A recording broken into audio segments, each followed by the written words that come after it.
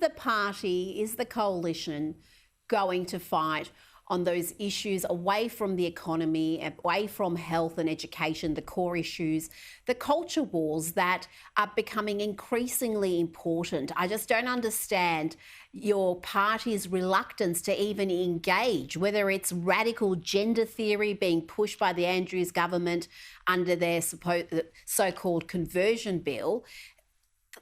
The Liberals have just ran dead. They're nowhere to be seen. They're not mounting arguments. They're not pointing out all the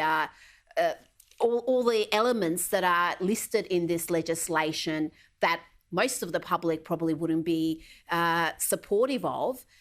So are we going to see a fundamental shift in how the Liberals approach topics outside of the economy and the health system and jobs, areas where you're on solid ground?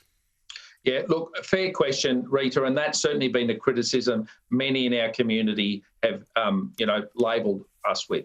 What I can confirm is that we have a new leadership team, both a leader and a deputy tonight. We haven't announced our new shadow portfolios. They will come out later this week. But the one thing Victorians can be confident of, there will be some new energy and new vigour in the Victorian Liberal Party. We are fighting a very different argument with Daniel Andrews over the next 12 months. People won't be just worried about what's the new, latest, shiny thing. People in Victoria will be keen to know where we stand on the basics, what the differences in view and ideology are.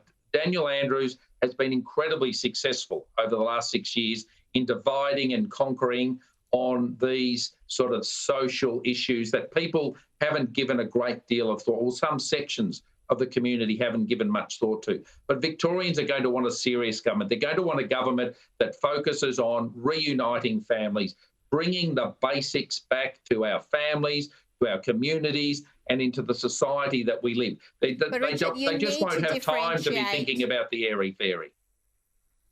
Yeah, but you need to be fighting on all fronts. You can't just pick 2 or 3 key areas and target the government on those, because I just feel there's no appetite for a fight from the coalition. I hope that changes, because you need a good opposition to have a good government, and you need to have real choice at the polling booth.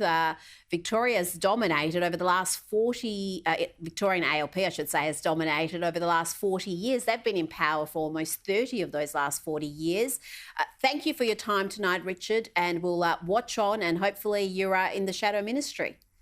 Oh, thanks, Rita. Kind thoughts. And yes, absolutely, I can say to your listeners, there is a fight on, and it's going to be well articulated, and we're going to run some of those issues that I know Victorians have been waiting to hear from us.